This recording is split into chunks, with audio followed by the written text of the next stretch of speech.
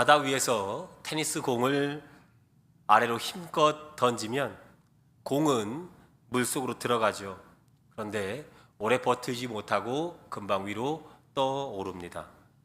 왜냐하면 물에 떠오르는 힘, 부력 때문에 그렇죠. 테니스 공은 물에 잠시 머물러요. 그리고 머물 수 있을 것처럼 보이지만 결코 그렇지 못합니다. 반드시 그 공은 떠오를 수밖에 없습니다. 오늘 본문 그 앞절인 30절에 보니까요, 예수님을 믿는 사람들이 많았습니다. 그런데 예수님은 그들의 믿음이 그 상태로 그대로 머물러 있기를 원치 않으셨습니다. 왜냐하면 그들의 믿음이 마치 테니스 공이 물속으로 잠시 들어간 것과 같은 그런 믿음처럼 보였어요. 일시적으로는 예수님을 믿는 것처럼, 예수님 믿는 믿음 안에 있는 것 같지만, 그런데 그 믿음이 지속적으로 예수님의 말씀과 예수님 권위에 머물러 있을 것 같지 않았습니다. 그들의 믿음은 일시적인 믿음처럼 보였어요. 어떤 상황이나 문제, 죄의 유혹이 찾아오면, 환경이 바뀌면 언제든 예수님을 떠날 것 같은 연약한 믿음을 갖고 있었습니다.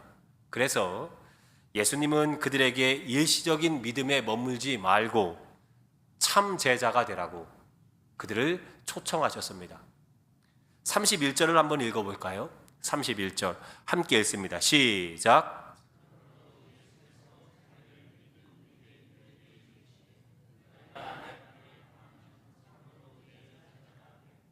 자, 이 말씀을 보면 두 부류의 사람들이 있다는 것을 알 수 있습니다. 예수님께서 대조를 시키고 있는데요. 일시적인 믿음을 갖고 있는 사람들, 믿는 유대인들이라고 했으니까요. 그들은 이미 예수님을 믿는 사람들이었습니다. 그런데 그들은 일시적인 믿음을 갖고 있는 사람들이에요. 왜냐하면 예수님께서는 그 믿음에 머물지 말고 참 제자가 되라고 했잖아요. 그러니까 이 두 부류의 사람들이 있는 겁니다. 일시적으로 믿는 사람, 그리고 참 제자. 앞서 말씀드린 것처럼 일시적으로 믿는 자들은 상황이 바뀌면, 죄의 유혹이 찾아오면 언제든 예수님을 떠날 사람들이에요. 원망할 거리가 생기면 언제든 하나님께 불평하고 떠날 사람들입니다. 그러나 참 제자는 다릅니다. 상황이 바뀌더라도 주님을 따라요. 죄의 유혹이 찾아오더라도 주님의 말씀 붙들고 견뎌냅니다. 문제를 만나도 감사하며 극복해 나가죠. 하나님과 동행하며 고난을 다 이겨나갑니다. 자, 참 제자에게 어떻게 이것이 가능하죠? 31절을 다시 보십시오. 거기에 보면 참 제자들은 예수님 안에 거합니다. 말씀 안에 거해요. 말씀 안에 거한다 그랬어요. 참 제자는 예수님의 말씀이 옳다는 것을 받아들인 사람들이죠. 그 말씀에 자신의 삶을 던지는 겁니다. 그게 참 제자의 모습이에요. 상황이 바뀌더라도, 죄의 유혹이 찾아오더라도, 힘들고 고통스러워도, 고난이 찾아온다 할지라도 주님의 말씀이 진리임을 믿고 그 말씀에 자신을 던지는 거죠. 제자들은 그런 사람들이에요. 그런 사람들이 참 제자입니다. 제자는 주님의 말씀의 임상 실험자들입니다. 제약회사들이 새로운 약을 만들고 그 약의 효력을 테스트하기 위해 임상 실험자들에게 약을 투여합니다. 그리고 그 사람들의 몸 상태가 어떻게 바뀌는지 그 추이를 지켜보죠. 주님의 참 제자들은 그래요. 그들은 주님의 말씀인 구약과 신약이 내 삶에 실제적으로 능력으로 나타난다는 것을 입증하는 말씀 임상 실험자들입니다. 사랑하는 성도 여러분, 주님을 가볍게 믿는 자가 되지 말고 주님의 말씀에 여러분의 삶을 던져 참 제자로 살아가는 저와 여러분 될 수 있기를 주님의 이름으로 축복합니다. 32절은 우리가 너무나도 잘 아는 말씀이죠. 한번 읽어봅시다. 다시 한번 읽어보죠. 읽습니다. 시작. 진리가 너희를 자유롭게 하리라. 아멘. 자, 여기서 예수님이 말씀하신 진리는 어떤 지식이나 정보가 아닙니다. 어떤 사상이나 철학이 아니에요. 진리는 뭐죠? 요한복음 14장 6절에 보니까 예수 그리스도죠. 예수 그리스도가 진리입니다. 예수님께서 이렇게 말씀하셨어요. 내가 곧 길이요, 그 다음 진리요, 생명이니. 할렐루야. 예수님이 진리고, 예수님이 기준이고, 예수님이 옳아요. 예수님이 맞습니다. 예수님이 언제나 답입니다. 진리이신 예수님을 알면 우리는 자유롭게 됩니다. 그런데 예수님을 안다는 게 뭐죠? 예수님을 안다는 것은 이 머리로 아는 그런 지식이 아닙니다. 성경에서 말하는 성경에서 말하는 안다는 것은요, 관계를 통해서, 체험을 통해서, 경험을 통해서 아는 것을 아는 겁니다. 제가 책을 통해서요, 그리고 영상을 통해서 미국에 대해서 알 수 있습니다. 미국에 대한 지식을 알 수 있어요. 아, 미국 사람들 이렇게 생겼구나. 아, 미국 사람들은 이런 말을 쓰는구나. 아, 미국 사람들은 이런 걸 먹네. 이렇게 알 수 있죠. 제가 미국에 대한 지식을 쌓을 수 있습니다. 그런데 성경에서 말하는 지식은 이런 지식을 말하지 않아요. 성경에 말하는 지식은 체험에서, 경험에서 아는, 습득해서 아는 그런 지식을 말해요. 그러니까 제가 직접 미국에 가서 미국 땅을 밟고 미국 사람들을 만나고 미국 음식을 먹고 미국의 문화를 체험하고 미국에서 살면서 습득한 지식, 그때 제가 미국을 안다라고 말할 수 있는 거예요. 이게 성경에서 말하는 암입니다. 진리이신 예수님을 아는 것도 마찬가지예요. 우리가 성경 말씀을 달달달달 외웠다고 해서 주님을 많이 안다고요? 아닙니다. 그런 알을 매기하지 않아요. 성경은 그분의 말씀대로 살아가면서 알아가는 겁니다. 진리이신 예수님의 그 말씀을 따라 살면서 그분의 모습을 답습해 가면서, 그러면서 예수님에 대해서 알아가는 거예요. 주님께서 말씀하셨죠. 사랑하라고요, 용서하라고요, 원수를 위해 기도하라고요, 감사하라고. 그래서 우리는 그 말씀에 순종하여 살아보려고 애를 쓰는 중에 주님을 알아가는 겁니다. 그게 진짜 주님을 아는 거예요. 그게 주의 말씀대로 살아가다가 주님의 마음이 내 마음에 들어와요. 그러면 그때 주님을 알아가는 거예요. 그런데 어떤 경우는 내 마음이 찢어집니다. 주님 말씀대로 살아가는데 사랑이 되지 않는 거예요. 용서가 되지 않아요.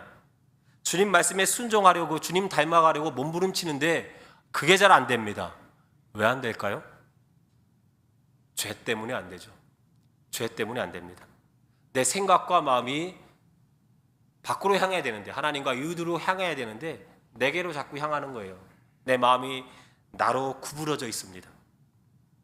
용서할 수 있을 것 같았는데, 사랑할 수 있을 것 같았는데, 어떤 형편에서도 감사할 수 있을 것 같았는데, 그 말씀에 순종하며 살아갈 수 있을 것 같았는데, 내 마음이 내 안으로 구부러져 있어서 이 죄가 나를 주의 말씀대로 살아가지 못하게 한단 말입니다. 안 되니까 어떻게 합니까? 주의 말씀대로 살아가려고 하는데 안 되니까 어떻게 하냐면 그때부터 척하는 겁니다. 살아가는 척. 주님 말씀대로 살아가는 척하는 거예요. 용서하는 척하고요, 괜찮은 사람인 척하는 거죠. 의롭고 거룩한 척, 정직한 척, 진실한 척, 좋은 사람인 척하는 겁니다. 이런 사람은 삶이 단단하지 못합니다. 빈약해요. 껍데기로 살아가는 거죠. 이런 삶이 얼마나 부자연스럽습니까? 이 죄에 경직된 사람, 내 자존심이, 내 의가, 내 자랑이, 내 생각이, 내 고집이 내 삶을 경직하게 만들죠. 부자유스럽게 만듭니다. 내게로 구부러져 있게 하는 이 죄가 이렇게 내 삶과 인격을 뒤틀어 버려요. 그래서 움직이지 못하도록 나를 부자유하게 만들죠. 오늘 본문에서 주님과 대화하고 있는 유대인들도 율법대로 살려고 얼마나 애를 썼어요. 그런데 그들이 율법대로 살아가려고 애를 쓰면 쓸수록 그들은 자신들이 죄인이라는 것만 알게 됩니다. 요한복음 8장 서두에 보면 서기관들과 바리새인들이 음행하다 잡힌 여자, 그 현장에서 그 여자를 잡아오잖아요. 그리고 예수님께 묻잖아요. 예수님, 요한복음 8장 5절인데요. 모세의 율법을 보니까 가늠한 여자 돌로 쳐 죽이라고 했는데 선생님 생각은 어떤가요? 예수님 당신 생각은 어떤가요? 라고 묻죠. 그들이 예수님께 이렇게 물은 이유가 뭡니까? 하나님 말씀대로 살고 싶어서요? 하나님께서 모세에게 준 그 율법대로 살고 싶어서 예수님께 묻습니까? 아닙니다. 6절을 보면 예수님을 고발하려고, 예수님을 시험하려고 물었어요. 타자에게, 예수님에게 위해를 가하려고 물은 겁니다. 내 말이 맞다는 것을 증명하려고 율법을 들먹인 거예요. 그들의 마음이 얼마나 음흉합니까? 그들에게 율법은 하나님 말씀이 아니었습니다. 그때 그건 하나님 말씀이 아니에요. 그들에게 그 뭡니까? 자기의 의의를 드러내는 도구에 불과했어요. 자기가 맞다는 것을 증명하는 증거 자료일 뿐이었어요. 그들은 율법대로 살고 있다고 자부했지만 아니요, 자기에게 속박되어 있었습니다. 그들은 노예였습니다. 자기라는 감옥에 갇혀 있어요. 예수님이 그런 사람들에게 말씀하시죠. 7절, 너희 중에 죄 없는 자가 먼저 돌로 쳐 라고 말씀하셨습니다. 그들이 자기에게로 구부려져 있다는 것, 죄에 갇혀 있다는 것을 예수님께서 바로 말씀하셨습니다. 그들이 부자유하다는 것을, 너희들의 삶이 자유롭지 않다는 것을 말씀하셨어요. 그러자 당장이라도 여자를 돌로 쳐 죽일 것 같았던 그 사람들이 그 현장을 떠나죠. 그들은 자기 삶에 당당하지 못했습니다. 이게 얼마나 부자유예요. 자연스럽지 못하잖아요. 당당했다면 그러거나 말거나 쳐 죽였어야 되죠. 근데 못하는 거예요. 왜? 자기에게 구부러져 있고 죄에 경직되어 있어서 그렇게 그들은 당당하게 살지 못했습니다. 오늘 본문의 사람들도 마찬가지. 예수님께서 진리가 너희를 자유롭게 하리라 말씀했더니 그 사람들이, 유대인들이, 그 말을 듣는 사람들이 뭐라고 얘기했냐면, 나를 자유롭게 한다고요? 33절에 보면 나를 자유롭게 한다고요? 나는 종이 된 적이 없는데요. 난 부자유한 적 없어요. 그렇게 말하죠. 예수님은 그들에게 너희들 죄에 갇혀서 너희들 지금 부자유하다, 너희들에게 내가 자유를 줄 거야 라고 말씀하셨는데 그들은 주님의 말씀을 오해하고 있어요. 자유롭게 될 필요 없다고, 난 이미 자유하다고 라고 이야기를 하고 있는 겁니다. 그러자 예수님께서 역시 이번에도 거침없이 말씀하시죠. 죄를 범하는 자마다 죄의 종이다. 죄는 우리를 종으로 만든다고, 우리를 부자유하게 만든다고 말씀하셨습니다. 맞습니다. 우리가 양심에 화인 맞은 사람이 아니라면 우리가 죄를 범하면 우리는 부자유해져요. 작은 거짓말만 해도 우리는 당당하지 못합니다. 우리의 삶이 경직돼요. 내가 불륜을 저지른다면 내 아내에게 당당하지 못합니다. 부자유해져요. 내가 지나친 욕심을 가지면요, 내 삶이 경직됩니다. 부자유하게 돼요.